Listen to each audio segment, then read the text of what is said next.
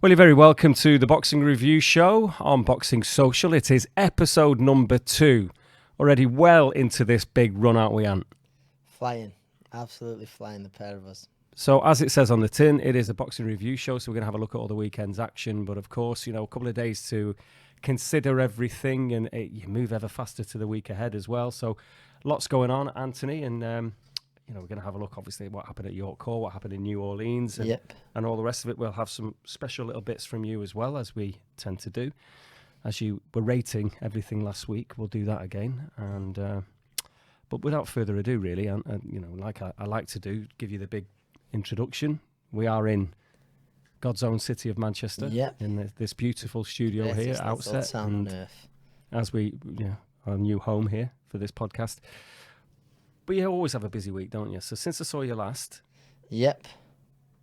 Again, I was actually working with you last Tuesday as well. Yes, we was in Felton, wasn't we? Ahead of the boxer card, the Frazer Clarke. Obviously, Adam Azim fight fell through. He was with us, to be fair. He was with us, and he was padding kids, some adults with disabilities. No, he done a top job. He's a great lad. And obviously, Big Frazer showing his face down there. But it was it was an local amateur club there, wasn't it? Yeah. But also people with disabilities. So, that was a great day down in Felton, was it? It was Felton, and it was a tie between Boxer and the charity we both work with. Maverick Stars. Charity Maverick Stars Trust. So what they do is basically every time Boxer have a show, we roll into town. You do your magic in terms of you do your coaching masterclass, and Boxer bring their talent along, if you like. So obviously Big Frazer, Adam Azim, they were there. And, all the usual big hitters. And there's a Q&A, Spencer Oliver, yourself, with a Q&A with the kids and everything this else. Week. Yep. And then we'll be back here now. Well, we're back in Manchester for the July the 2nd show, won't we? July the 1st, I think, isn't it?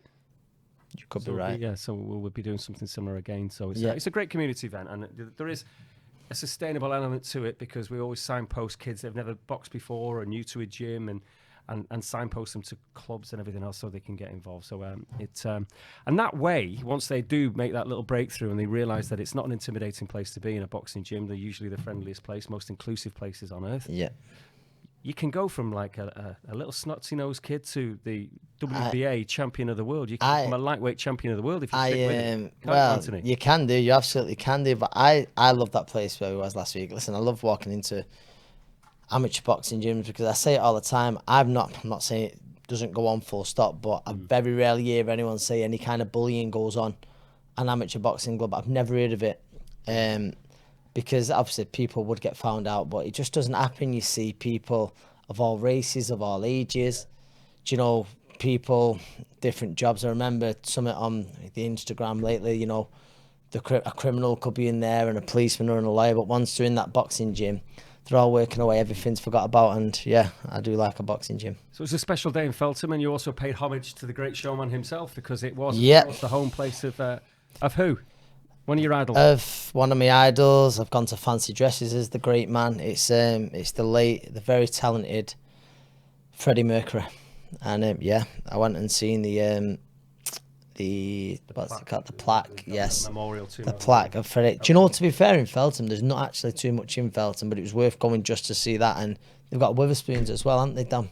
Which we actually had one in before we got the train back into Euston. It's always a good time for a spoons. Oh, listen, it takes some, it gets some bad press and stuff, but I think they're unbelievable places. As Freddie said, the show must go on. So anyway, after Feltham on Tuesday, you had a typically busy week and looking after your fighters again and doing that business. And the fighters, it was sort of last bit of sparring for one of my fighters, Jake James, who was in an English title eliminator Saturday. Sadly now, that's fell through because of medical queries. And this shows you the side of professional boxing that I don't see. It was on a Steve Wood show. It was an English title eliminator against Darren Tetler. And Jake's trade. It's a good fight, a real, 50-50 trade fight. And I'm not saying, listen, Jake looked really well, but I was well aware he was in a real fight against Darren. And I said it yesterday, actually. I put a post out. Jake, I feel massively for, because I've saw how hard he's worked. Check ways was all good. Everything was coming to the ball nicely. But I also feel massively sorry for his opponent, Darren Tetler.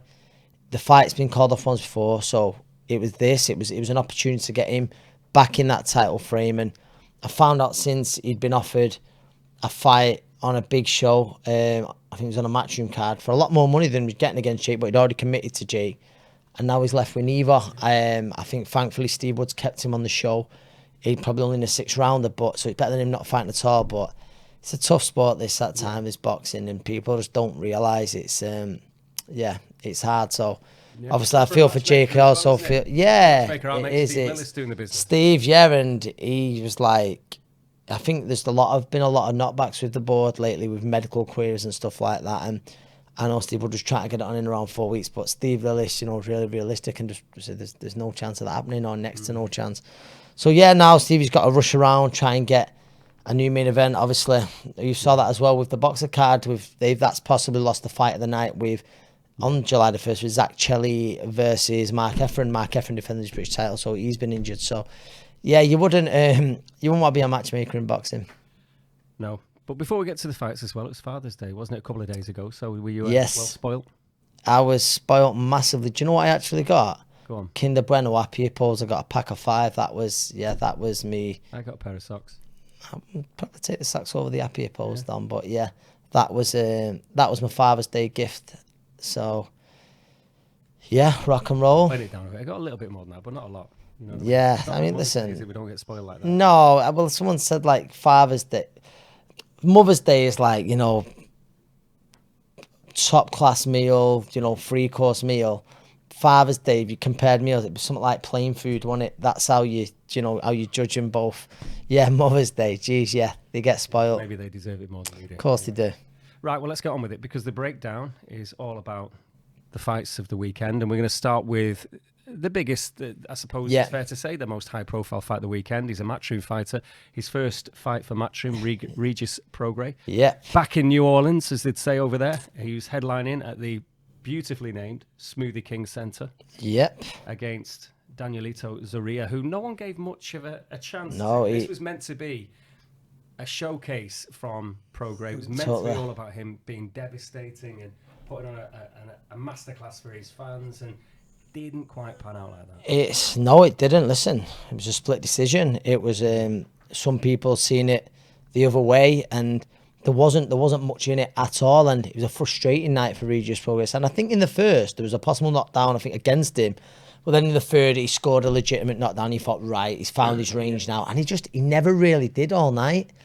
And I know he's trying to think a lot more since the Josh Taylor fight and become that boxer, but at times then I don't want to say he's gone back, 'cause he's always been a fantastic fighter, but he was a little bit sluggish, couldn't find the range. And listen, the opponent was a lot better than fought, and he fought on the back foot. He frustrated Regis all night. But I think what that did, it made a good few people in the division, obviously our own Jack Catterall, want that fight even more. But I think one thing you've got to give Jack Catterall, no one has been calling out Regis Prograis for a good while. Listen, you've got to remember this fight with Josh Taylor, which was an unbelievable fight. It was unbelievably close. It was that close. No one's been calling him out. You've seen his performances since. Jack was. So now, after a weekend, even more so, he's going to be. But I now believe a few more would have come out of the woodwork who wasn't before that fight. They have, haven't they? I mean, Eddie Hearn did mention Jack Catterall, but obviously Devin Haney. I seen Bill Haney on FaceTime with his son and having the conversation with Regis. That looks like that could be a real possibility, and you'd like to see. He's a free agent as well, isn't he? He is, which makes it very easy, and I think it seems pretty common knowledge. You'd be surprised if he hangs around at lightweight to fight Shakur Stevenson, which we called straight away. And listen, we don't want to throw shade at Devin Haney because he's just fought Vasyl Lomachenko. He's not scared to take a challenge, but I think he's sort of that and fought, and he's a huge lightweight. But I think I could be. I could move up to 140 and be the man. But then obviously we don't know what's going to happen with Teofimo Lopez, supposedly retired. He's give up. I think I'm right in saying he's give the WBO belt up, haven't he? Yeah, but then there's some suggestions he hasn't. So again, it's a bit of a confusing situation. I think the personal life of Teofimo Lopez it seems very wild. The contract, the money he's asking for, I think he took aim at, was it Michaela Mayer the other day for having her on for the punditry. It seems wild. You don't really know Teofimo Lopez. What we do know, he's a fantastic fighter, and it'd be a massive shame not to see it, because now you've got to. He's just beat the #1 in the division, or the Ring Magazine champion, in Josh Taylor, and done. He looked very, very good in doing it. So a lot of people would have him top of that pile. So if he used to walk away now, it would be a massive shame.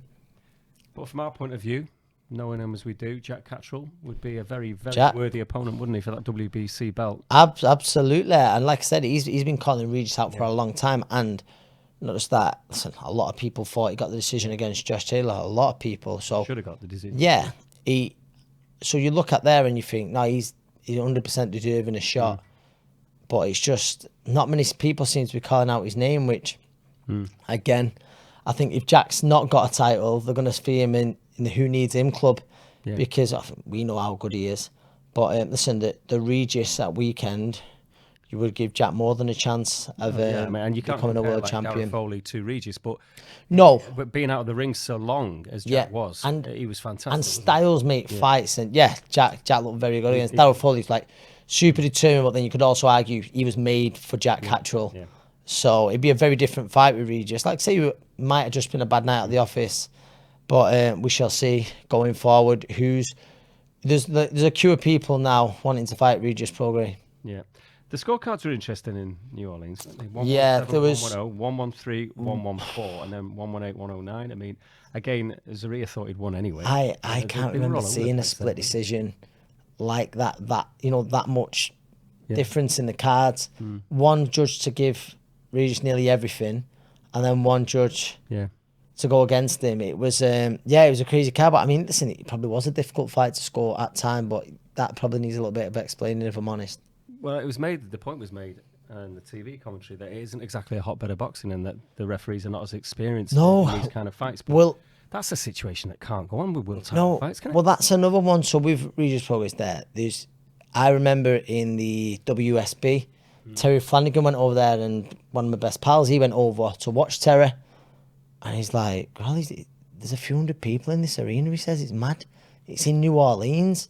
He's at New Orleans. It's what is it, Bourbon Street or something? It's a crazy place. Bourbon Street. It's like, it's just a mad party town. And then one of their own is fighting for a world title. You're thinking, what better than go to watch him fight for a world title and then go out there? And but he said that, and then I don't think he saw it again weekend. I might be wrong, but I'm pretty sure he didn't. And it's like, someone with his talent, how is he not getting the people behind him? And that's interesting, that, because obviously him and Jack have spoke about about fighting. Yeah. So if so, there's an arena a few hundred meters from here, isn't there? Like, would it make more sense to bring Regis over here? But then obviously, if he's going to fight you Devin Haney's, I'm sure they're going to think, I mean, you'd like to think that'll sell, but you probably think Regis, although he's a champion, will probably have to do a little bit of travelling. Yeah, and all the American fighters are making the trail over here, aren't they? Let's face it, they want to be here. It's the crowds, it's everything that goes with it. You mentioned Michaela Mayer before. I mean, again, she wants to kind of almost establish herself. Of course, and a lot of these fighters are like that. I'm sure we're gonna. Clarissa back. Listen, that was the best crowd. Yeah, she's ever fought in front of, and Michaela Mayer. I'm sure we'll get onto this in a bit, but yeah, she might end up back here pretty sometime soon.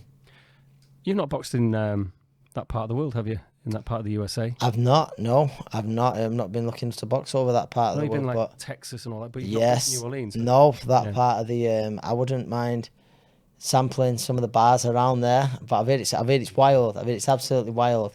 Yeah. But no, I've not been. But I just find it surprising, like someone like him, a fighter as skillful, talented as him, isn't selling in his own town. So hopefully that changes. I think he's lived away a long time as well, which true never really helps. But on the same card as well, there's a bit of a shock because Ramla Ali, it's pretty much gone her way, hasn't it, so far in her pro career. But she ran into Yulisa Alejandra Guzman, who's, another tough Mexican who didn't understand the script. No. There you go. She didn't read the script. And Dom, genuinely, I seen it and I seen the odds and I thought, that's crazy odds for Guzman. Yeah. Do you know, that's got to be worth a little bet. Just, although nearly everyone fancied Ramla Ali, she got lovely skills, went to the Olympics. She's got a really inspiring story. Yeah. But I think in there on the night, I felt like the jump from the level that Ramla Ali's been boxing at up to Guzman was just too much. And I believe that sometimes a fighter like Ramla Ali, and I heard like, I think Manny Robles was unbelievable coaching that, but they was talking about staying in the pocket a bit longer. And I'm thinking, no, Ramla Ali's strengths are, you know, she's technically good, she's correct in and out. And certainly, I thought against Guzman should have been the tactics. Because every time Guzman landed, there was a reaction. Yeah. And I actually wasn't surprised when it was a big knockout to finish. And what I will say, and listen, it absolutely should have been stopped there and then. Listen back, that's a fast 10 count. I'm not in any way suggesting she would have got up, but just watch that back. Yeah. If you've not seen it, I'm sure a lot have seen it. But the whole thing was fast. She went to ground very quick. The whole thing was like, yeah, it was one of the fastest 10 counts I can remember seeing. But it was a lovely left hook, and she'd put her down before that. But there was, I just feel like she was just too heavy-handed for Ramla, and she's talked about a rematch and running it back. But I think she'll 100% have to adopt different tactics. But I think she was on the verge, and she was talking about world title fights and stuff like that. She's got a little bit of rebuilding to do now. Well, Ellie Scottney would have been an obvious one, wouldn't it, down the line? Very, very quickly down the line, you would have thought, but not now. Yeah, possibly. No, not now. And listen, you've got to credit where credit's due. Guzman, it was a great win for you. You could see what it meant to her as well. Yeah. It was that old cliche, so you don't hook with a hooker, as they say. Exactly that. And that's exactly what Ramla did, and she paid the price. Yeah.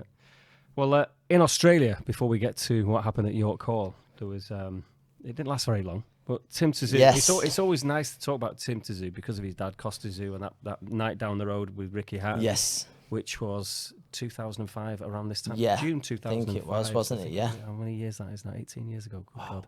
Yeah. But anyway. Old. Yeah. So I couldn't get a ticket that night. I was actually boxing 5 days later in Germany.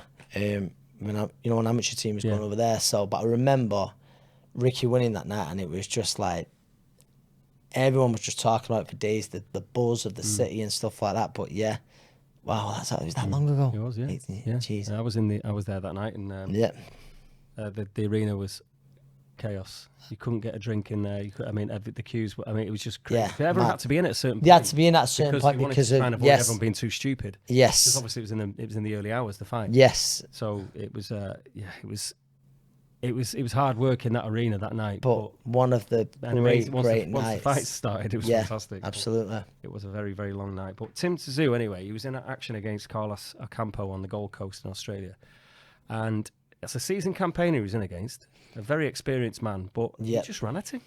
Impressive. And I thought he was very ruthless. Yeah, and I just saw a few people tweeting like, one thing it looks like he's got the dynamite that his dad carried. I think people forget just how good his dad was. He's he's not as composed like you just said. Then he literally did at times. He just stuck it right on him. First round proper demolition. First round went about it, in a ruthless way, and he just wasn't letting Cambo off the hook whatsoever.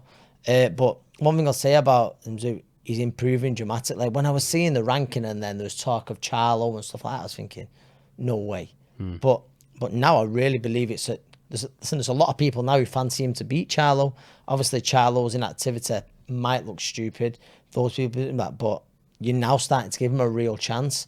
So I remember, it was a good few years back, early on in his career, he beat a mate of mine, Denton Vassell. And it was just, listen, Denton was on the slide, but he went over to Australia, and he said, he hits very, very hard, and how he's matured and improved since then. He's there's a lot to like about him. It's certainly no sort of father-son gimmick. He's genuinely world class, isn't it? Definitely no gimmick. Yeah. Wasn't your other mate? I know you got many.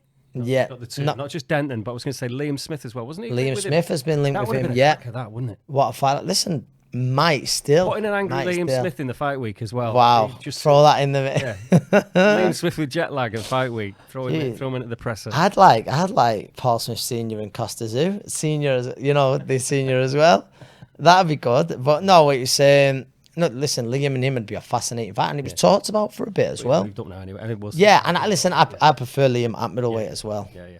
But yeah, Costa Tszyu, just what final word on that? And obviously in the post-fight press conference when Ricky had done the business and won that belt, and it was incredible drama and emotion and all the rest of it. And I think it was an American journalist asked him, "Did you not find it weird to be fine at 3 o'clock in the morning?" He said, "This is Manchester. Yeah, it's the norm. We fight every Saturday 3 o'clock in the morning." But anyway, there you go. Now, a York call on the Friday night, which would have been nice and breezy and air-conditioned, and in this, it's on the slide now, wave, but it was bang on at the end of last week. Do you know what I say? Like, there's people in there you don't realise. I think, listen, if you watch it back, you can see the sweat pumping off, not just the boxers, coaches, the Sky team. I know Ben Shalom, he got interviewed, so I was in promoter of the event, and you could see it was pouring out of him. And like I say, anyone who's been to York Hall, but on a summer's night, a hot summer's night, you will know exactly, or you can imagine what those boxers. Isn't there a swimming pool next door as well? Yeah, there's a baths. There's a baths next door. Yeah, as well as the near 30 degrees heat it was outside. Outside. Yeah, it was a furnace, and I saw someone on. I think it was only last week. I was saying how it's one of my favourite venues in the world. So I'm like backtracking a bit here, but someone made a point on. I think it was on Twitter. I know Twitter. Some madness comes out on it, where they put. Really? A little bit, yeah, but they put this, but then it's hard, isn't it? They was like, no, I don't believe shows should be allowed in the summer of York Hall. And I thought, he has got a point, but a British summer, like 9 times out of 10, you're going to be all right in York Hall. But I've been in there when it's red hot, and it is unbelievable. I do believe it can affect performances without a doubt. Right, well, that leads us nicely on to Big Frazer. We'll start with him because Frazer Clarke in against Mariusz Wach, and it was a step up, a 10-rounder. Yeah. A lot was made of that. He didn't make any excuses as such for the performance afterwards. I mean, you know, obviously Ben Shalom was straight away saying, brilliant 10 rounds, fantastic, ready to go now, that's it. Frazer kind of looked like he was a bit knackered. Yeah, and listen, he mentioned the heat as well. All the fighters mentioned the heat. He clearly played a part in that. Yeah, and I believe it did. I believe it did, and that's not making excuses up for Frazer, but I thought in every fight you could see that it was I know, although I thought she was very good, Caroline Dubois. Every fighter on the bill mentioned the heat, just how tough it was, and I know it's the same for both, but. Yeah, listen, it wasn't a scintillating performance by Frazer by any means. Listen, if you look at the positives, he's got 10 rounds. And listen, there's a lot of people who thought that was going to be the case. He was going to get 10 rounds against Wach. And listen, I'm not saying he doesn't offer loads, but he's a big unit. You're almost guaranteed rounds. There's very few heavyweights who you'd fancy out there to go in there and do a demolition job on Mariusz Wach. So, but listen, after the old controversy of the Fabio Wardley, pulling out of that fight, and so like it wasn't the statement that Frazer would have wanted. Like, let's be honest. But if you're looking at the positives, he has done 10 rounds. He's ticked that box now, and now is he ready to be let off the leash for British titles? That kind of thing now. Does that make that fight a bit easy now? Because well, I don't. Then again, if you listen to the fighters. There was never an issue with the fighters anyway. No, it was. Well, listen, to be fair, Frazer, after the fight, he thanked both Ben Shalom and Will from 258 management team, saying, no, it was probably a blessing that I wasn't ready. So, but then other people's argument, what? So you think after, I think it was Eddie Ernestine on Boxing Social, actually, I think he said, what? So you think those 10 rounds have now got you ready? Something along those lines, not word for word. Yeah. And he does make a point because, you know, he wasn't massively impressive, but I do believe ticking that box of doing the 10 rounds. But is he now ready for title class or not? I don't know. It's Fabio. He's been very smart on social media. I didn't know if someone was doing it wrong because I think he's very sharp on it. But no, I think he does it all himself, and he's been calling for it. He's been calling for. But now I don't know how that happened because. I'm right in saying now that can't happen for the British title. So I think if it was to happen, it would have to be for something else. Well, I think it's one down the line. It's not, listen, and it's not a fight that really needs a title, and it's just a very good domestic fight. There's other options for Fabio as well, isn't there? Let's face it. Yeah, you've got to. It's incredible. So no, very good, and I think there'll be a certain David Adelaide now. He's like, no, I'm mandatory now. It's me, so we'll see. Yeah. Aaron McKenna and Wisma Lima was one that we were looking forward to a lot because, again, watching Lima and the small horse doing incredible things, really, blowing people away and very explosive, very kind of a very unknown fighter, turned up from Portugal, originally from Angola in Africa. Yeah. Again, just seemed to have something that could really trouble Aaron McKenna. And early on, he did. He won a good few of the rounds early on. Very heavy-handed. I know fighters who've trained alongside him, they say unbelievably heavy-handed. Listen, there was quite a lot in the game who fancied the upset. Yeah. And I know, listen, the bookmakers don't get too many things wrong. There wasn't crazy. Listen, he was an underdog, but there wasn't. Yeah, it wasn't pretty short on him. They've done the work on him. Yeah, they've done the work on him. Yeah. But I think a lot of credit's got to be given to Aaron McKenna, who took that fight on late notice. Yeah, and he would have known that it was a dangerous kid. Of course, and I thought he pulled away in the second half of the fight. I thought it was close up until around 6. Then he started to pull away. But Lima's an handful. Probably a weight below as well, but still. I thought it was good. A very good learning fight for Aaron McKenna. I know he's saying, and the team's like, it can be so much better. Yeah. But I thought it was a very good performance. A very good learning fight from him. Yeah. Caroline Dubois marching on. Yanina. Yes. Lescano, she had her down. It went the distance. Yeah, Lescano, very, very tough opponent. I thought it was the perfect opponent for Caroline at this point in her career. So I'm a big Caroline Dubois fan. I think she's not really put a foot wrong. I think the only thing is with the opposition that needed stepping up, and Lescano certainly provided that. And she asked her a few questions, and also she done very well to stay in to the final bell. But no, I'm not sure, like I say, which weight, if Caroline's going to stay at lightweight. I know that was just over that, or whether she's talked about between 135, 140. And O'Sheen says she's ready for any of them now. Yeah. And you would love to see it. Well, I think they've got an eye on your girl, Rhiannon Dixon. Possibly have. She's got a common that has been mentioned. That has been mentioned, and that's obviously a possibility down the line. But I know they also mentioned Michaela Mayer on Friday night, and what a fight that would be. Like say skills. She's very heavy-handed, Caroline, especially with that right hook, and Michaela. She comes forward, great engine on her. I think she'll be much happier now at the heavier weight. So if that does happen, and you see Michaela Ray quite a bit doing stuff with the boxer, so you imagine it'd be a relatively easy fight to make if both fighters at their camps are happy. It's that's a fascinating fight. But yeah, no, she's on the verge of world titles for sure, Caroline. Well, one that I was very keen on seeing again was a fight that was stopped. It was bubbling up very, very nicely. The Anish Taz going in against Vidal Riley, who of course is yes, and it was a terrible cut and it stopped the fight, but it was very exciting while it lasted first time around. So they've done it again. This time, Vidal put on a bit of a show. Showed that he's always said people don't realise the amateur pedigree I had. He's obviously in that influencer world, if you like. Yeah. He's got the big following and all the rest of it. Knocks around with his KSI and all the crew and trains. Is it KSI's brother? And very linked with all that stuff, isn't he? But he's let's face it, he can fight. Right, he's a boxer. He can fight. First and foremost, a pro. That's what. So with Vidal Riley, I think he's a genuine prospect. I really do, and I thought he was very, very impressive on Friday night. Because we've seen him before. We've worked on some of his fights on the small all shows, and he's an handful, heavy-handed. And I thought, listen, the first fight, the controversy of that, and I thought the way Vidal Riley went about his work on Friday night was very impressive. I thought he gave a fantastic interview after the fight. I don't know if he's going to get onto this regarding Tommy Fury. I did, and Tommy Fury, I think he'd done an interview again. Well, I know Vidal Riley's interview was with Boxing Social, but Tommy Fury had basically he'd said, Vidal's doing well, but I'm fighting at world class level. Tommy probably got his words mixed up. I'm not being, patronising and all that. He'd probably got mixed up or whatever. I'm fighting in pay-per-views. Vidal Riley's and Vidal Riley got asked about it, and he could easily have, because he comes from that world, but he's like you say, he's got the amateur pedigree. He just shut it down, and I just thought it was a brilliant response where he just went, listen, I saw him saying about something he's fighting at world level. That's a bit wrong. Well, it's massively wrong.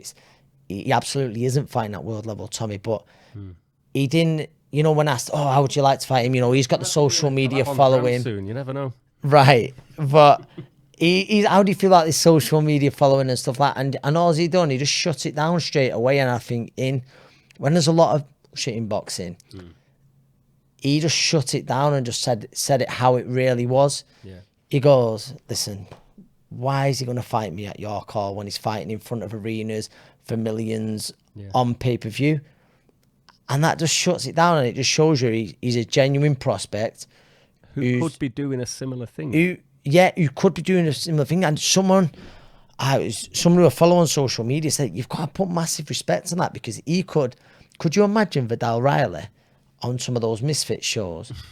It would, honestly, it would be uncomfortable to watch, because it'd be that one-sided. And listen, some of the fighters on the Misfit show, they surprise you with his skill set. I know he lost recently, but Salt Pappy, he was a bit of a fan favourite and stuff. But could you imagine Vidal Riley with anyone? I don't mean... It'd have to be a tag team, Misfit, against him, yeah. That's what I mean. It'd have to be a 2-on-1. It just set about a lot of him. And that's it. And so he just shut it down. And listen, Tommy's doing his own thing. And listen, the Furies, they're very clever business people. And I said it, I watched the Jake Paul fight. Stay on that side. And it's not being disrespectful. They know, like you say, and Vidal Riley said it. So is he going to fight me in your call or something? Or is he going to fight your KSI, try and fight a KSI, a Jake Paul, which is a 10 times easier fight for a few million? It's just, different, almost different sports, Dom. I think Tyson's looking at that route, isn't he? He wants to fight. We don't know what's coming with it. We don't want to be talking about heavyweights at the minute, do we? Until there's something to get excited about. No, it's been too boring, and it's been too frustrating and annoying, and until these things are nailed on now, no one wants to know, do they? I think a lot of fans have kind of just lost the patience. They're getting fed up a little bit with it now. I know as Deontay Wilder, he's signed with Skills Challenge. Usyk has. Tyson Fury, obviously there's been a lot of names being mentioned, but still not. I'm hearing, is it this week? I think Eddie been speaking. Charlie Parsons. There's a deadline this week for Dillian White, Anthony Joshua, potentially in August. I think Dillian wants a few quid done, doesn't he? And it's they've not nailed that one yet. We just want to. I think throughout the heavyweight division, domestically on the world scene, we just want some fights confirmed. Everything's got to be signed, sealed, and almost on fight week before anyone's going to actually buy into it. But hopefully with the heavyweight division, it is really at all levels. It's massively frustrating right now, and fans are getting annoyed. But we want to hear something pretty quick. Yeah, just to wrap through a few of the. Obviously, the fighters that were on earlier, Chamberlain got a point. Yeah, Hassan again just blew out. He looked very good. He looked very good, Hassan. There was Roma Fiore, as you mentioned again. Yeah, it's his second fight. He got a points win. But I think, to be fair, the standout on the lower part of the card, if you like, was Sam Gilly and Ellis Corey. What a shot! A beauty of a body shot. Corey could be heard by everybody. Yeah, there was no getting up from that. It was a beautifully picked shot from Sam Gilly. And listen, Ellis Corey, it wasn't sort of a run out for Sam Gilly where, Ellis Corey had ambitions of his own. And listen, he gave a good account of himself. Listen, Sam was winning well, but Ellis said give a good account of himself. But the shot, I think it was about 15 seconds from the end. Oh, it was a peach. And you heard this. He's a tough man, Ellis, and you heard the scream come out of him. So you can only imagine the pain. But English champion, and I'm sure he'll be defending very soon. But someone to keep the eye on for sure. So there we have it. So that was the action from a few days ago. But again, these things obviously move on very quickly. There's there's action that we'll kind of a quick preview of later on. But in terms of other news, social media, we like to keep abreast of everything that's going on, obviously, Anthony. Yeah. You're never off the phone, are you? No. You're constantly on there. I'm not. Twitter, what's going on. Instagram Lives, TikToks, making TikToks, you name it. You actually straddle that world, really, don't you, between influencer and serious boxing coach? If I was still doing a bit now, I wonder if I always think sometimes, could I get on the Misfit shows? Do you think that timing's not been on your side there, that you should? Yeah, I'm not. Listen, don't get the violins out. But I reckon a few years later, you could have got me and the Misfit shows. Well, you manage young William Crolla, who's had his first professional fight. Yeah. So you can always try and get him on now and speak to the boys. Try and make him an Instagram star and. Yeah, I could try. He's not like me though. He's I don't like the phone and I don't like the camera, as you know. Well, there's two things that you love more than anything. One is the camera, and two is the mirror. I think, is that fair? I honestly don't know what you're on about here. Don't put what's wrong with it. Yeah. So anyway, Will's a different animal, is what you're saying. Yeah. So he might swerve that. He's all over that a bit. But anyway, people that are all over these things, Conor Benn's been all over social media this week. He's been doing a little bit with Charlie Parsnips, as you say, and talking about Eubank Jr., Eddie Hearn, Charlie Sims have all been having a little chat about it. Josh Taylor. Well, Conor and Josh have had anyone can get it at the minute. Yes, it's all going all over the place. But the actual main news that broke over the weekend was about Conor Benn, Chris Eubank Jr. There's this provisional date of September the 23rd. We understand it could be in Abu Dhabi. Eddie, Conor, everyone's saying, well, if things can be sorted out with UCAD, Wembley was Conor's thing. It could be obviously still in the UK. I mean, this just still is far from clear, this whole situation. Before anyone starts getting giddy about these two fighting, they were meant to fight, obviously, it was October of last year. Yes. We know why. The two failed drug tests for Conor Benn. I mean, where are we with UCAD and Conor now anyway? I mean, I know that the lawyers are talking and doing all this, but how long is that all going to take? And then what we're going to know? What we're going to find out? We have no idea, Dom, and that's the thing is, right, and it's like me saying, I like Conor Benn, and other people go, no, he's a great lad and that, but this couldn't have been handled any worse, let's be honest. It's been handled terrible, and Eddie Hearn said that, I think sometimes he wished someone had set the phone off him. I'm sure we've said that in person himself, and it couldn't have been handled any worse. No one's got any answers, and I think because Conor was so vocal about, I'm going to prove to everyone, and it's like at the minute, no one's seen anything, and fights are being talked about, and obviously in a sport like boxing, people want to know, like, well, are you going to show us why you're innocent first? And listen, hopefully it does, but as of yet, no one's seen that, so that's why it's causing such controversy. And I know Carl Frampton, he was vocal about it, and listen, he's something along the lines of, so, you can fail a drug test, not serve any ban, but then even earn more money because of the news it's made. It's something along those lines. I have to pick the tweet out, and I don't think anyone, by the sounds of it when we're speaking to Eddie, I don't think anyone has advised Conor, because it's been handled horrendously. It does look terrible for boxing, no matter what. But like we want to see this. I know there's jokes about, people joke about eggs, people joke about this 100-odd page document, but people want to see something, and that fight 100% should be happening in the UK, not overseas, because listen, everything, it was built on that last time. Do you know what I mean? Do you remember those simpler days when people just weren't happy with the weight difference and the size difference? And that was a controversy prior to the original fight. Yeah, these two lads are just different. They shouldn't be fighting for that reason. And then the weight cuts and you've got to remember as well, Eubank Jr. is meant to have fought Liam twice, and obviously Liam's been injured. So now is that going to? I don't know. Is Junior contracted for that fight? Can he now get out of it? The politics of boxing is a strange one, but I think we're going to have to hear something soon. And I don't like to say, this is the point though. If we don't hear something, if the UCAD thing isn't clear, if we don't learn anything new, presumably that fight is going to get made for Abu Dhabi, and it's going to go full steam ahead. And that then raises this question about the British Boxing Board of Control and license holders with the board. And again, Robert Smith, I think, has been pretty clear on this whole situation. No, he has. By the board and UCAD, then no one with a license can take part in this. Can take part in that. So I don't know what will happen there. Though, to enforce that in a jurisdiction overseas?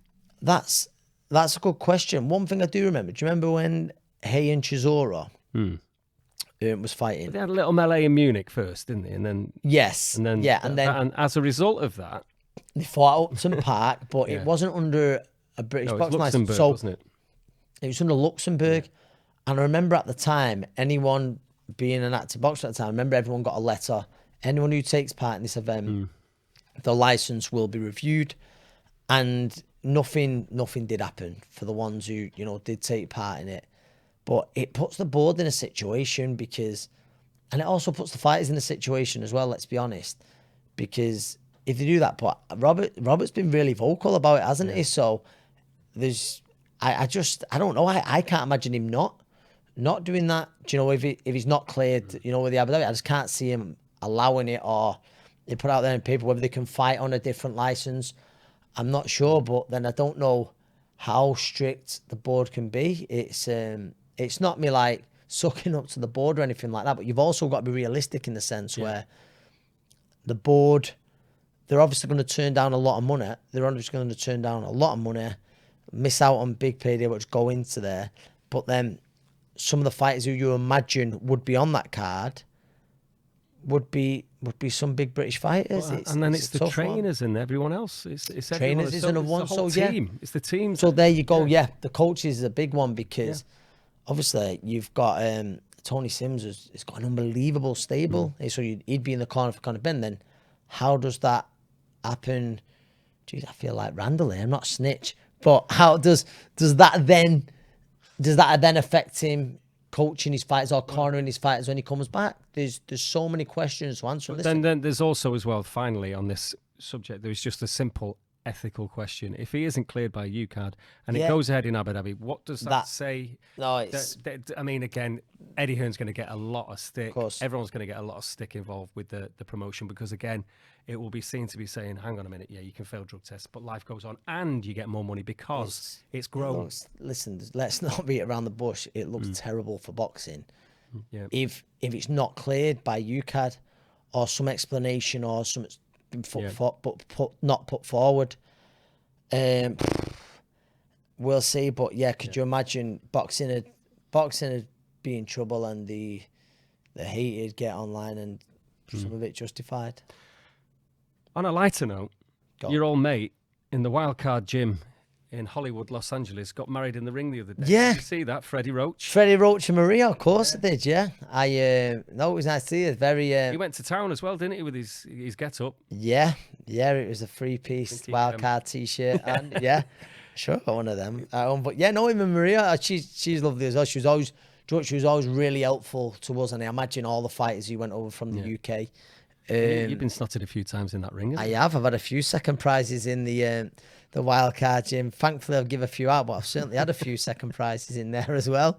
But yeah, it's what other place to get married. Yeah, it was. And they got married upstairs. So I'm a sucker for a good love story. Yeah. So for them, they're just Wildcard ring where they've seen so many greats. It made perfect sense, didn't it? Of course it did. Yeah, well, best of luck to them too. It was nice images coming from the wild card as well. Right, Anthony, we get to this point now where we want to find out what you think has been the stars of the show the weekends, the previous weekend, in terms of the promotions, the atmosphere, ring walks, fight of the night, trainer, boxer, whatever's taking your fancy, the build, everything else. So I mean, if we start with the kind of the obvious one in terms of the cards, I mean, we're mainly looking obviously at York Hall and at the Smoothie King Centre. It's a tough one that to separate this week because I know the main event didn't deliver in either, did it? But when you look at the undercard, I thought Lehman McKenna was a good fight. I thought there was a few decent bouts on that card, and then same on the. You don't have long to do a ring walk at York Hall, do you? You don't have. No, it's just really, really short. Yeah. I think it's probably the shortest ring walk in British boxing. York Hall, yeah. So your tune's just kicking in.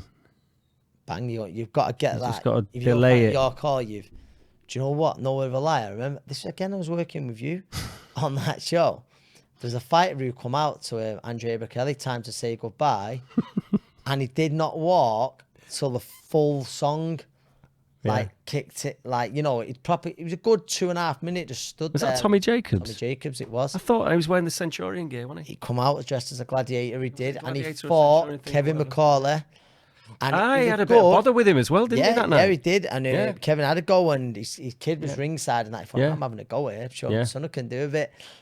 And I'm telling you now, it was nearly the full song played before he started walking. Well, you should enjoy your moments, shouldn't you? I always say to the fighters, don't rush. Yeah. You said that to your Will. I remember. It was because he's crazy nights. Crazy night. You get one professional day. I'll probably learn it off Joe actually. Enjoy that moment in your spotlight. Don't be rushed. Yeah, and that's funnily enough. That was one line that Frazer Clarke said when you were doing the Q&A with him last week in Feltham, when he said, "This is Anthony Crolla, world champion, blah blah blah.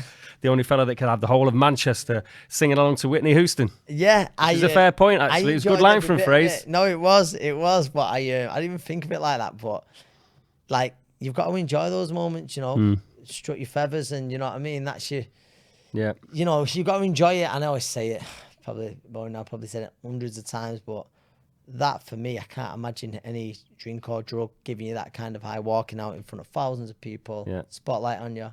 As you know, I don't like the camera, but yeah. Right, so which one is it? Oh, God. Tough. Prograis was walking in. He was wrapped into the arena, wasn't he? Yeah.